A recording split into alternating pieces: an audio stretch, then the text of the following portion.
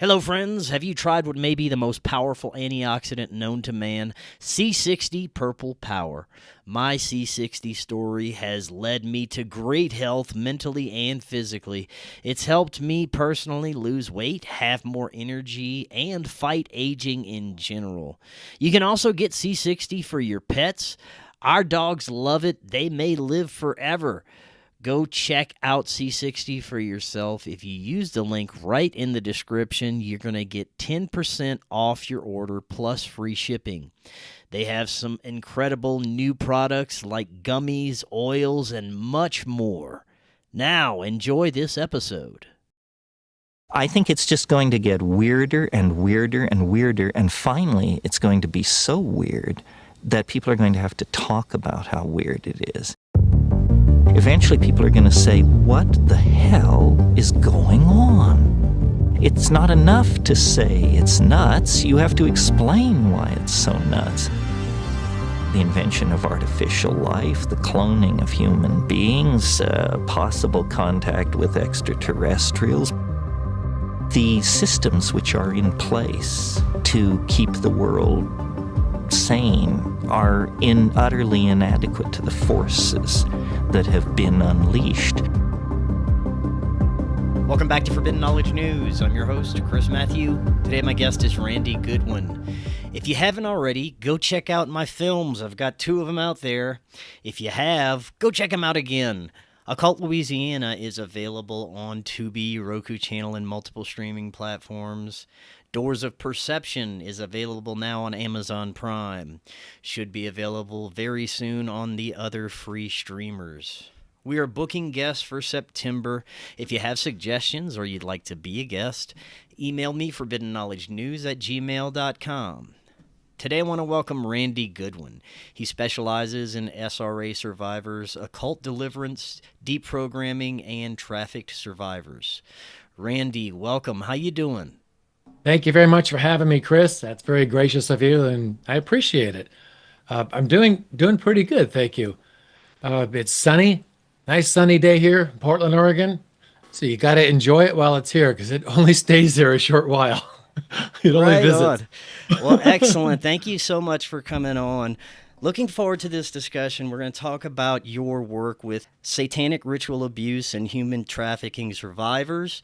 This is such an important but extremely suppressed topic. And if you believe what the government tells you these days, things like this apparently don't happen. So the sad truth is oftentimes very powerful people, including politicians, are involved with these crimes. It's a very wide spectrum of individuals and groups as well, from what I understand. Again, really looking forward to getting into this, but this is your first time on. Tell us a little bit more about yourself, and let the audience know how they can also find out more about you. True. Well, my website is randygoodwin.org. I can be contacted there, and there's lots of information on the website. So how I got involved in this, I probably, just like everybody else, I don't have this big, huge story, but probably a normal life, blue collar worker. I worked on boilers and chillers for my career. And of course, I did some things along my lifetime that opened doors up to things happen, just like most people do. Nobody is perfect. We all make mistakes. Every single person does on this planet. So in doing so, sin, invites entities into our life. It just opens the door, and, we basically throw out a welcome mat. Not saying it's good. That's just the way it works. So, I went through my rebellious years, made some decisions along my adult life, and I did the same. So I got to a point in my life about 9 years ago, to be quite honest, and inviting things in. See, everybody has things in their head and their mind or their soul that you think about or you battle with. And I literally mean every human being. And if somebody says, "Oh, I don't," well, let's push you to the front of the line. Okay. So I just got to that point, and I just didn't want it anymore, to be quite honest. And so I just got on my knees and I cried out to the Lord. I go, "Father, help me get rid of this." So I got up, nothing changed, still the same. So I asked the Lord to just, connect me to the correct people that could assist. And he did. And I had about 4 sessions on myself from, a couple other people. And this was to root out this stuff that, for one, you're born with, and you open the door along the way in your life, and things get in there in. And, when you get rid of things, it feels like just like a weight has been taken off. Now, when you say sessions, what exactly did you mean by that? That means I would meet with an individual who would pray with me to remove entities from my life. That's exactly what I mean. Very targeted, very targeted, because everybody's individual. Everybody has, their own soup going on in their soul. Yeah. Yeah. Yeah. So that's what I mean. And so I got rid of this stuff. And when it came out, I just felt the Holy Ghost come on me, boom, like this. Now I want you to make other people feel the way you feel right now. So it led me down this path. I just started learning day and night. And I'm into this tiny little niche. I mean, it's small, and helping SRA survivors and those in the occult get the freedom if they want. And I emphasize that because it's a choice. If you truly want to get rid of the things, you really can. Even though these people may not feel like they can, they've never felt loved, never felt accepted. They don't even know what it is. But that's just a lie, because the Lord truly does love everybody. He does. Now, just like he said, it is a very specialized topic to be involved with. Yes. How did you, first of all, learn about some of these things that were happening? I just kind of went on the internet. I went exploring, finding out. After I had sessions on myself, that just opened up a plethora amount of, wow, there's this whole spiritual world out there that's affecting everybody. And I wanted to know about it. So I just started just searching and reading articles, just everything I could to get information that would help me help others. And, with the SRA survivors, it's very small. It's a very tiny little area to stand in. And there's few people that really know how to help these individuals. And you made a statement at the beginning, about the government. And because, it definitely, it's all a part of that as well. The whole, the way they go about doing it and why they do it. And, you talk like Epstein, what's going on with that? Like everybody says now, well, the government says, who's Epstein? Right. What are you talking about? Who? Yeah. What are you talking about? Yeah, it's just, I always go back to this principle as far as, the power and authority in this world. Whoever has the gold, meaning the money, they make the rules. Yeah. They make the rules. And the enemy, the God of this world, owns the world system.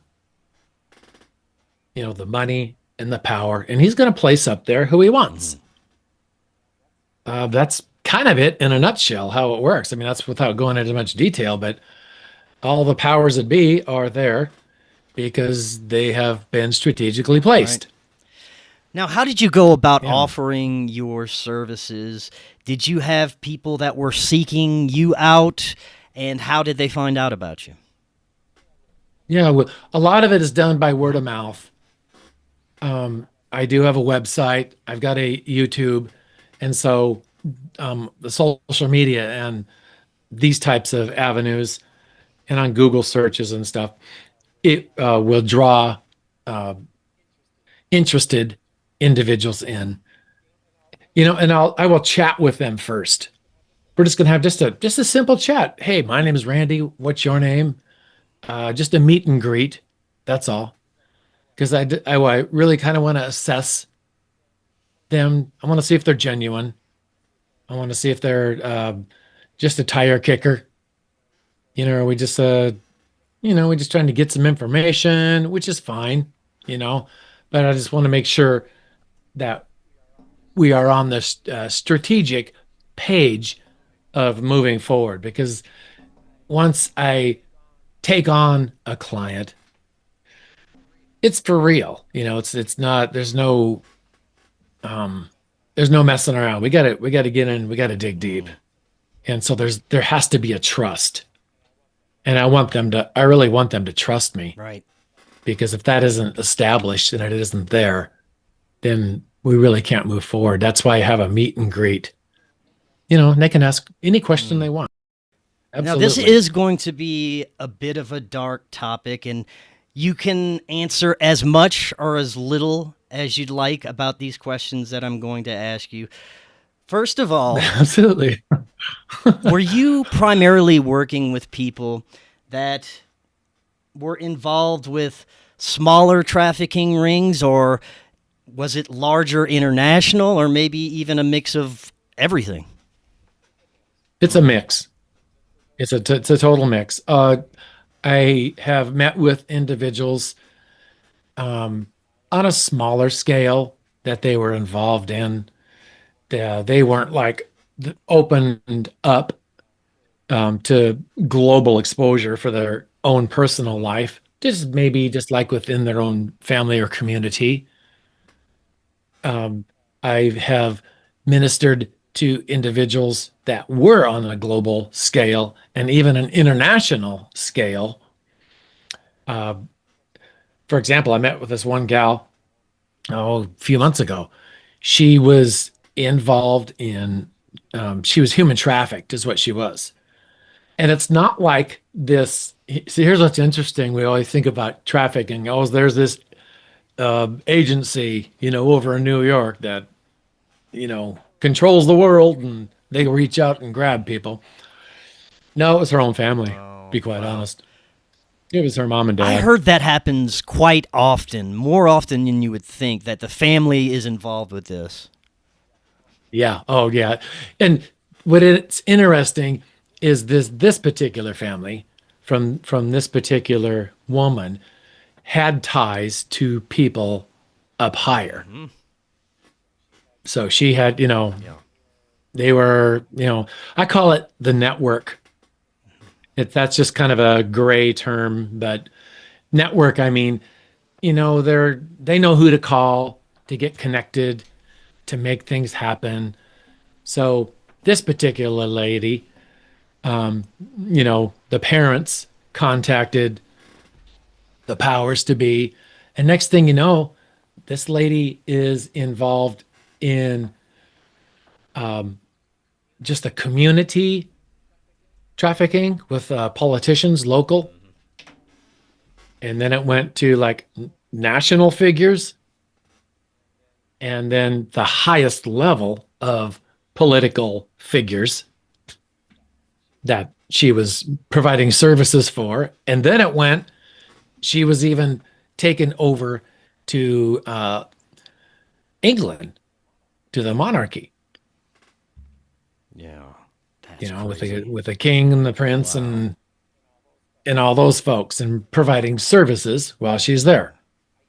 I use some tame words here, but I think everybody understands what I'm saying. Just I don't want to offend anybody. No, it's all good. Like I said, just Okay. as much as you feel comfortable talking about, these victims were being used for a spectrum of uses. It wasn't just sex trafficking. They were being groomed. From what I understand, some of them are groomed for celebrity positions. Some of them are groomed for higher power positions or in politics. But many are just either sexually abused and trafficked, or they have the satanic ritual abuse, which we'll get to as well, which is extremely dark. And this is where a lot of people check out as well. They don't want to believe that there are very powerful people or politicians involved with satanic abuse. That's where it gets extremely dark. Yeah. It does, and I talk to people every day. And that's all I do is talk to SRA survivors and those in the occult. I talk to people every day. And basically, if you have to go to those dark places to help the people, you really do. And it's not for everybody. It really isn't. But that's just what you have to do. And it's really interesting because you're talking about like celebrities, and we even brought up just a lower level, somebody that's maybe affected with their family or the local community. Yeah. So there's this huge spectrum of that these survivors are exposed to. And what I mean by survivor, Chris, is not everybody comes out on the other end unscathed. These are what are survivors. They just survived this whole lifetime. And these are the ones we get to talk to. We don't get to talk to the ones who did not survive. Yeah. But God's grace is huge. Huge. Yeah. Well, let's help the audience understand what is really occurring when we're talking about satanic ritual abuse. Some of the ideologies that go into this, the reasons behind it, and I'm sure this is also a very widespread phenomena as it relates to the folks that are involved, if they are just your local level or going up to the top. Yeah. A real common theme that a survivor will have is 100% they feel unloved. 100% they don't trust anybody. And both are rightly so, because that's just the way they have been conditioned. Then they don't know anything else. That's just facts.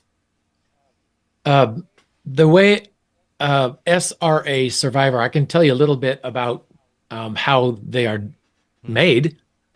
They're born into this family because parents did it, grandparents did it, and so on and so forth. It's a generational thing that happens. And kind of put it really quickly in a nutshell is they give the womb over to the enemy, Lucifer, before the woman's even conceived. And if you look at Exodus 34, see, everything in the Bible, they're going to just pervert and twist and do the opposite. Exodus 34 talks about, God's talking to Moses, and he's saying, the offspring of every womb is mine because I made it. I'm the owner. The womb of the woman is mine. I made it. I'm the God of this. He's talking about all the humans and all the animals. Well, the enemy wants to be that God. He wants to be the one who did that. So they give that womb over to Satan before she's even conceived. And they do this ritual. So now the enemy attaches to her womb, preparing for this egg to come into her. So it's already spiritual preparation to prepare to build a kingdom within the individual who is about to be born. So the conception will take place, and they're hoping for a chimera. So like 2 eggs will get fertilized, and then one will consume the other, and that will commensurate the first murder within the womb. Oh. Now, this one egg is fixing to be born, but there's multiple men who have deposited into this woman. Wow. I mean, it could be more than half a dozen of them, all at the same time, have deposited in there. So the DNA of all these other men is absorbed because the woman's womb and canal absorbs everything that's to put into it. It's just the way God made it. So it absorbs the DNA. And so that egg gets more than one DNA in it. So the child is born and it's got DNA of more than one father. Wow. So you'd say primarily the large number of victims that are involved with satanic ritual abuse are born into it this way that you're describing? Yes. Wow. Absolutely. 100%. Mm. Now there are cases where somebody is just born into an abusive family. Right. Dad is just obnoxious and he'll, belittle the child. There'll be physical abuse. There'll be drugs and alcohol within the family, but that doesn't make it an SRA family. It just makes it an abusive family. And you got to get that kid out of there. Do you find that oftentimes family members, close friends of these victims are involved with high-level military or intelligence? In one way or another, yes. Right. It's genetically connected. So it is a bloodline thing that they're looking for. It's a bloodline thing. And there's somebody in the bloodline that's connected. And just because we use the word military because it's this huge buzzword that's really popular, it doesn't make it any less effective in a survivor's life. It just means that's just one facet that they use. And yeah, they use it because the military has to use it. The military will create mind control slaves, and they create these people to carry out a specific task or assignment. For example, you're talking about Epstein. Well, this is a great example. Oh, yeah. Okay. Because, it wasn't Joe Blow that just went his way into that prison and took Epstein out. Mm-hmm. It was, he was granted access, for one, to get through all the corridors. And then when he was there, it was like that. Yeah. He just did what he had to do and he was done. There wasn't much struggle at all because they're highly skilled. They're very, very skilled at this. They will train this individual and there will be a visual cue and there will be an audible cue to bring this personality up to perform this task. And once the person who has programmed this individual will give that person those two cues, that personality will come up and they'll say, I'm just paraphrasing here, okay? John Doe reporting for duty. And he'll be given the assignment and he goes and does the assignment. And then he'll come back and they will bring the personality, have the personality go back. Right. And that's it. I've We're done. discussed this a few times, the creation of altars using various torture and mind control techniques. Am I right in understanding that this could go as far as programming different demonic entities into a personality? Well, see, that's exactly automatically what happens. See, whenever there's sin, then we open that door for demonic entities to come in, and they will purposely inject a specific entity into an individual. So this SRA survivor that that egg that was we're fixing about talking about. Now let's say it's born. Okay, so from the age of 0 to 3 years old is kind of their target age, and they will already have given over that child to the God of this world. So from 0 to 3, our brain is incapable of creating an alternate personality. As an adult, we're capable of that. And that's a God-given ability, by the way. It's not demonic. Nothing demonic about it at all, because in the 6th layer of our mind, in our no conscience part of our brain, is where our shell alters are stored. And it's there. It's a safeguard that God put in place, as an adult. Let's say John Doe sees something horrific with his eyes, just this awful scenario, maybe with a family member or something, and he just goes like that. Well, an alternate personality can step forward and absorb that trauma. Okay, and it takes proper inner healing and deliverance to, help that individual.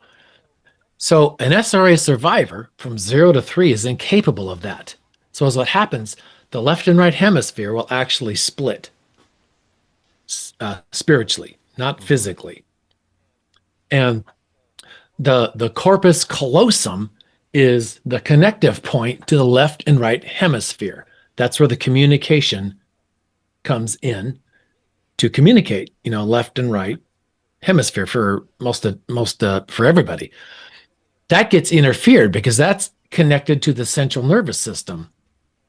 And the enemy goes in there and will put like a block in there and not allow communication from those two hemispheres. And so, it's created by physical torture, mental torture, and just a lot of demeaning things that are said to this infant.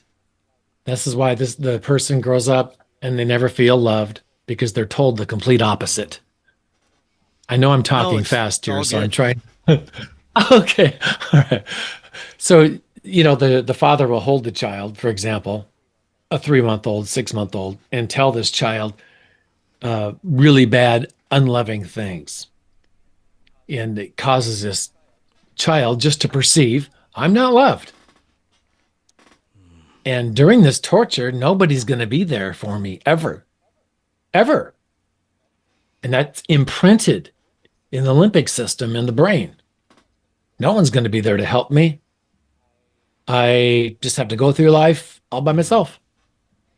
That's just the way it's imprinted as, a 6-month-old. And so all those memories at that time are stored in our intestines, because there's 4,000 neurons per square inch as an infant in the intestines. And from 3 to 5 years old, those memories are stored up in the heart. Then after 3 to 5 years old, the effulgence of the life force comes up through the spine and finishes creating the brain, which it moves forward. Now it can start sending memories up, into the hippocampus, up into the brain. So they don't just stop with one split. They want another split. So now we got 4. We got, 2 in the front and 2 in the rear. And that's a representation of the 4 corners of the earth, because the scriptures talk about the Lord putting an angel on the 4 corners of the earth, keeping everything in check. Because the God of this world can only do what he's allowed to do. Right. He's under authority. And so when we have 4, that's it's a perversion of that scripture of the 4 corners of the earth. And they won't stop there. They'll keep trying to get as many possible splits as possible. 72, 140, use your calculator. There's no limits with them.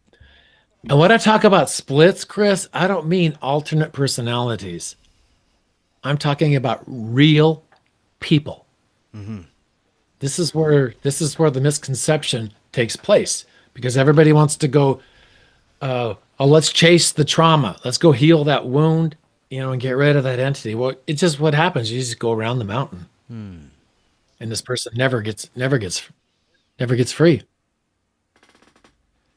And so what all this creates in the mind or the soul of a survivor, and this happens in a cult family also, is basically it creates this web in the soul, like a spider's web. I'm using an analogy here, like a witch's web. And it's just so, intricately put, and there's just a million pieces put into it. And it's like a kaleidoscope. You slightly turn it like that, and it just changes. And the reason it changes, because we got like a million different things going on up here, right? And there's entities attached to all these parts. Right. Genesis 1:16 says God made two lights, one to rule by day and one to rule by night. This is talking about the sun and the moon. When they split the hemispheres, they give them over to the god of this world, which would be Baal and Astaroth. And one will rule by day, one will rule by night. Baal will rule by day, and that's the pyramid that goes up. Astaroth is the pyramid that goes down. But we all know what symbol that creates when you put those two together. Yeah. So it's like this rotating hemisphere that's just constantly rotating. So every slight little movement of the day and the night, it's constantly moving, and that kaleidoscope goes like this each time, and just everything just dramatically changes. Wow. Are you familiar with the work of Jerry Marzinski? He works with schizophrenics. He works with schizophrenics mainly in a prison system. And he is of the belief that for many of these individuals suffering from this, that they're misdiagnosed, that they are indeed being afflicted by demonic entities. And I find that very interesting whenever you're talking about the splitting of the personalities, because he gets into that as well. And I do think that there are some major connections there. I'd just love to get your thoughts on that. Yeah, well, yeah, there's all these entities get, invited in because, they'll do rituals and vows. Excuse me. And these entities will come in, and they do attach to all these parts. And it's not just the entities that are attached. A survivor will have worlds that are built within them. Wow. And these what do I mean by worlds? It's like, this is going to sound silly to most people, but it will resonate to a survivor. Let's just take a simple cartoon. Okay? Little Red Riding Hood. Simple little cartoon, right?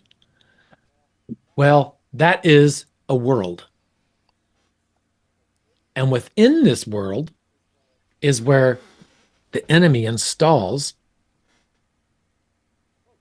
programming. And what I mean by programming, I'm talking about actual coding, computer coding, files that are imprinted into the computer, which is, your brain is a computer. And it's imprinted in there. And I'm talking about it's strategically hidden. And there could be several of these within the individual. And within these, there could be like a whole world that's built within their soul. And it just creates this structure of demonic power and where it can stay. Because Lucifer now sits on the top of the soul. He is their light. What you're saying is so interesting, because I've had guests on that claim to be involved with programs similar to MK Ultra, but more along the lines of false memories of being on different planets, fighting aliens, all these elaborate things, but they've also been in these abusive programs since they've been born. They're also a bloodline thing going on with them. So I'm wondering if this is also just another offshoot, this secret space program that people claim to be involved in. From what I've heard, it is exactly that. They are just being implanted with these false memories and these worlds that exist within their mind, like you're saying, and that would make a lot of sense if that is the case. Absolutely. Yeah, if they were exposed, to, stuff like MK Ultra, and the Artichoke, and I could go on and on. There's Super Soldier, There's all kinds. It's all the same thing. The way they go about it is all the same thing. Now there's intentional and there's conditional programming. Conditional programming can be where you just see things on a repeated basis, and then over time, you just kind of believe it. Like for example, let's just go to a child at school. He sees repeated teachings on a topic or a subject, and then okay, yeah, got it, noted, boom, and it stays with that child. That information.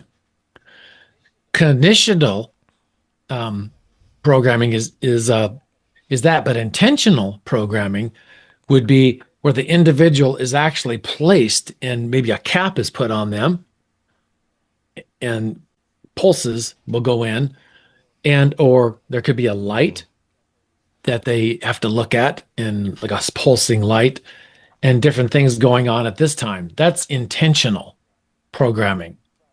But the two can still have the same result to some degree. Intentional programming, they're going to do it for an intentional purpose, or create a character to perform a task. Now, based on the folks that you've worked with, is there a certain age or time period when they start to break programming or start to have memories come through? Oh, really good question. Nobody's ever asked me that question. I usually talk about it, but that's a really good question. I had this young man, call him a young man because everybody's younger than me, and he was like early 20s, and he only came to me because his family was, wanting him to get cleaned out. And he was born with generational things from the government. So we're talking like 22 years old. Okay, so let's go a little older. Usually around 40 is the age when it starts to break down in the individual. Okay. And around, give or take, I'm not saying exactly 40 years old, boom, your birthday, everything starts happening, but 40-ish, the individual starts to break down from all the stuff, all the programming, all of the experiences and everything in their life that they have done. Their brain kind of starts to melt, so to speak. Yeah. And they'll become aware of all this stuff, and it gets overwhelming. And I can't do this anymore. Help me. That type of a scenario. Yeah. So around that age is when it starts to, yeah. Do you think this is still as widespread a phenomena as it was in the 80s and 90s? Do you think that they're still using some of the same modalities, as in multi-generational grooming techniques like we were talking about earlier, or has it evolved with the use of technology, social media, the access of drugs, things like that? It's definitely has evolved with technology, but the formula is the same. It's the exact same. What I described, what happens in that individual is exactly the same. Now, a person doesn't have to go through all this physically, like I described that SRA survivor doesn't have to experience all that to be a survivor. They can actually be genetically born with all of this coding. I didn't say that. Now that statement, it's not fair to the individual, because let's say, for example, grandma or grandpa was a highly programmed individual. Okay. And now their grandson or granddaughter starts to just have these behaviors, but she wasn't intentionally gone through all these steps, but genetically she was born with it, because the scriptures say in Exodus that the sins of the fathers are passed on. And what they try to do is perpetuate this passing on. And they usually skip a generation. That's a strategic move the enemy does, just because if it's, every generation, it's very noticeable. We can skip a generation, we can maybe dance around it. Oh, maybe the person's just has psychological issues, or maybe they need some medication, or, the list goes on with that. Send them to a psychiatrist, which will give them medication. And here's an interesting, I have a personal friend whom I talk to every once in a while. He is a psychiatrist. And he said, Randy, we're not trained to do anything like you describe. Not at all. We're trained to find what's going on with this person, and then try to find a medication, of course, that will help them manage and or live with what they have. And he goes, this was a cool conversation. He goes, Randy, how long does it take you to find out what's going on with these people? I go, I don't know, maybe one time. Yeah. And then after about a few months of meeting with them weekly, they're pretty well good to go. They can function pretty well normally, not years. No, months. Just months. And he says, it takes us a few months just to find out what's going on and diagnose them with a proper medication. I'm thinking, wow. But there was others. I found that fascinating, And so their goal, the psychiatrist's goal, isn't to do something like I would do, to actually let's get rid of this stuff. So it's just right. So they can just be a normal functioning person that enjoys going to church. So Chris, the whole purpose of helping these individuals, the entire purpose, is to get them cleaned out so they can have a closer relationship with Christ. Right. That is the ultimate goal. That's the purpose. That is the reason. There's no other reason. Would you say that most of the people you worked with are involved with the multi-generational abuse side, or have you worked with any that have been targeted individuals? Maybe they became involved later in life? No, they're usually born. Okay. They've got something going on somewhere. It's not like they just wake up one day and say, hey, I think I'll be an SRA participant. Where do I sign up? No, it's not like that. It's in the line somewhere. There's either an occult affiliation of some sort in some family member, or there's masonry involvement in some family. To what level do you think our institutions have been infiltrated by these groups, and I'm talking our education system down to the local levels. How much are these people being inserted into these lower level institutions? Well, since Lucifer got kicked out of heaven, he became the god of this world. And being the god of this world, he controls, he controls everything. So everything, it's like this. If something is going to keep you from focusing on the true Lord God and Father, just slightly, even if it's just a belief system or it's just a theology, it doesn't matter what it is, okay?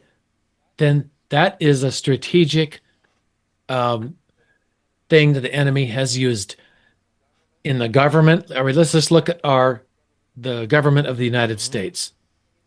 And no country is any different than the others. I know we like to think the United States is, on top of everything, but they're not. It's a big club that we're not in. Yeah. There's no question the United States is, it's up on the food chain, but the people that run our governments, they have within them a drive to execute a certain agenda and a certain way of making things into law. So the people are under that umbrella. And the entities in them are the driving force that drive them to do all that. Absolutely. And, most of the people up that high, in the government, they are individuals that are basically chosen to be in those positions from the God of this world. And, I don't pick on any one president, because any president that is president of the United States, he's there for a reason. He's there for a reason. I just don't think you can get mad at any one president. I don't like the way he does this. I don't like the way they do that. Well, we could nitpick them all, every single one of them, but every president, I did this search, they are in one way or another bloodline connected. If you go back far enough, they're, it could be this second cousin or something like that, but they are connected. And I find that really interesting. Let's talk a little bit about what you do, how you help people break this programming and live a normal life again. When a person would contact you, what goes on? How do you proceed? Yeah, well, I'm just going to have a chat. And we're just going to kind of a meet and greet. We're going to talk with each other and just want to know a little bit about them. I'm going to ask them a couple questions, nothing threatening at all. I want them to feel comfortable, and I want them to trust me, and I want to trust them. It's got to be a mutual thing because, like I said, that trust has to be there before we can move on. So we're going to do that first and establish that. And then I'll say, well, if you're interested, just shoot me a note if you want to proceed. Okay, and we will. So when I meet with them, there are targeted specific prayers that are going to deconstruct all the worlds and the whole structure that's created. You just can't go in there, start screaming and yelling and say, out in the name of Jesus, and poof, everything's great and wonderful. It doesn't work that way. There's a structure, like I was talking about, that's strategically built. And you just got to pull that chain and it will come out. Now, I remember me talking about worlds and how they were built and this programming that's installed. There's also in these programs booby traps and switches that are codes that are installed in there. And if you go in there and just start screaming and yelling, you're going to set this off, and it's going to it can mentally debilitate the person, and they'll just have to be in an institution. Wow. Or it can set off a program where they will, like within a year or two, they just won't want to be on this earth anymore. Which you just mentioned, So I've heard a few guests discuss. It's this kind of kill switch that is programmed into these victims that at a certain point they will just want to end their life, but that's part of what they were programmed to do. Is that right? yes and no. That information is correct. It's the programs are in there, but they're only going to be set off if somebody goes in there and trips the switch. Okay. If someone doesn't trip the switch, no, they're just going to keep on in life. Like I said, somebody goes, and what I mean go in there, it's in our soul, it's in our mind, and all this stuff is hidden in the subconscious part of our mind. There's 7 layers to the mind, and you can't just go on the presenting conscience, like you and I are talking from right now. You have to go way back, because that's where it's hidden, and you can't trip one of those switches like you're talking about. Because if you do, the potential is not good for the individual. But the true Lord God and Father can overcome all of this. And Jesus truly does love you. He truly does.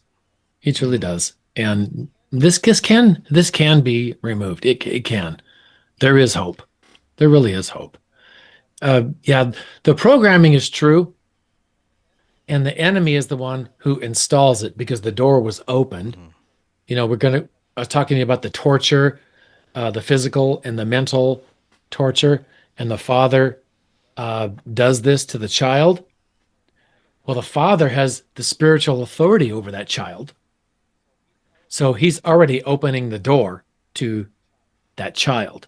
And that allows the enemy to come in and install this in the individual's soul. From everything that we know about our ruling class and our government and justice system, it doesn't seem like this is going to be a problem that can ever be solved by quote-unquote authorities. Yeah. Do you think it is something that eventually we can, as a collective, come to battle against and get rid of? You're going to battle the enemy until you leave your body. We are in the scriptures, it tells us we have to fight the good fight of faith and put on the full armor of God. And this should be done on a daily basis, because the technology and the strategy of the God of this world, he evolves with time and technology. Like I said, an individual could be born with this. And now, since they're born with this, they can come into your mind at night when you're in a dream and install other programs. You said people can be born with that. To me, that seems like a blatant infringement on free will. It is. The reason it is because sin has happened. And when sin has happened, the God of this world has the right to pass on the sins of our fathers onto the generations, unless unless someone breaks this and stops it. In the book of Exodus talks about how the sins of our fathers are passed on to the third and fourth generations. Well, they perpetuate this passing on. So it could, go on for thousands of years. Thousands of years.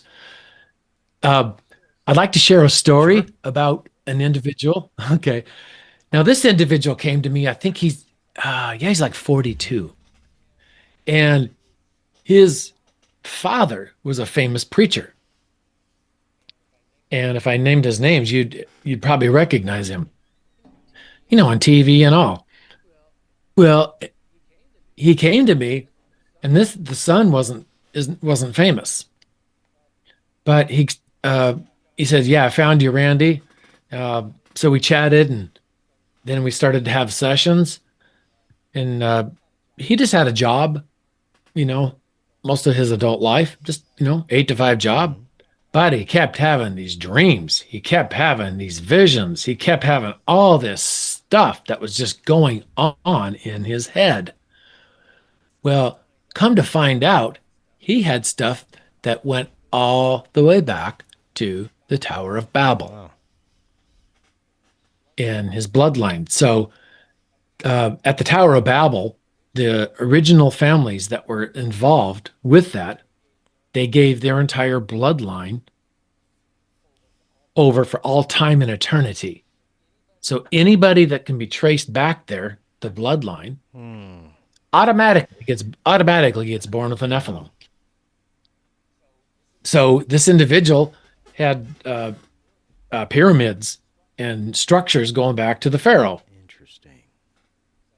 So, and this was a lot of talking about the themes, the worlds. Mm-hmm. So we had to remove all that, and he's doing really good now. We got a few minutes left. Maybe we could get some final thoughts. Anything important that we have not covered that you'd like to let the audience know about before we close out? So basically, I'd like everybody to know, like I said before, there is hope. You are truly loved. I know some of this stuff just sounds like, if you haven't been involved, you haven't been exposed, it sounds like, you're way out there in left field. Okay, I understand. But if you have been involved, I know this stuff, everything I've said makes sense to you. And those are the people that this should be targeted for. You are loved. You are cherished. There is hope, even though you've been told the complete opposite. And I understand that because that's the way you have been imprinted. And that's what I just like to leave with everybody, is that right there, that there is hope. All this stuff is real. It does happen, but the true Lord God and Father can remove it all. Right on. Well, Randy, if people would like to get in touch with you and possibly utilize some of your service, what is the best way that they can do so? Just look on my website, randygoodwin.org, and you can send me a note, and we can go from there. Excellent. And I got a bunch of YouTube videos that you can look at and learn from as well. I'll have the links in the description as well as with your website. Yeah. And Randy, thank you so much again. Definitely love to do this again in the future. There's much more we can discuss. Until next time, everyone, have an excellent evening. We will talk again tomorrow. We'll see y'all then. Thank you, Chris. The nature of this experience seems to always be just beyond the reach of our science, technology, and consciousness collective. There's layers upon layers upon layers. It does add such an element of mystery to this place. Why are we here? We're getting closer to the truth now. There's too many people experiencing profound interactions with conscious entities. I'm focused on the non-human intelligence contact phenomenon in dreams. Dreams involve interactions with real entities. People are waking up paralyzed. They're sensing or seeing something very evil in the room. I have experienced sleep paralysis. shadow people start to appear. I was taken from my earliest memories by non-human alien entities. More and more people are wanting to talk about these things.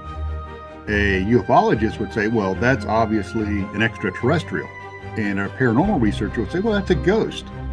Well, what if it's all of those things and none of those things?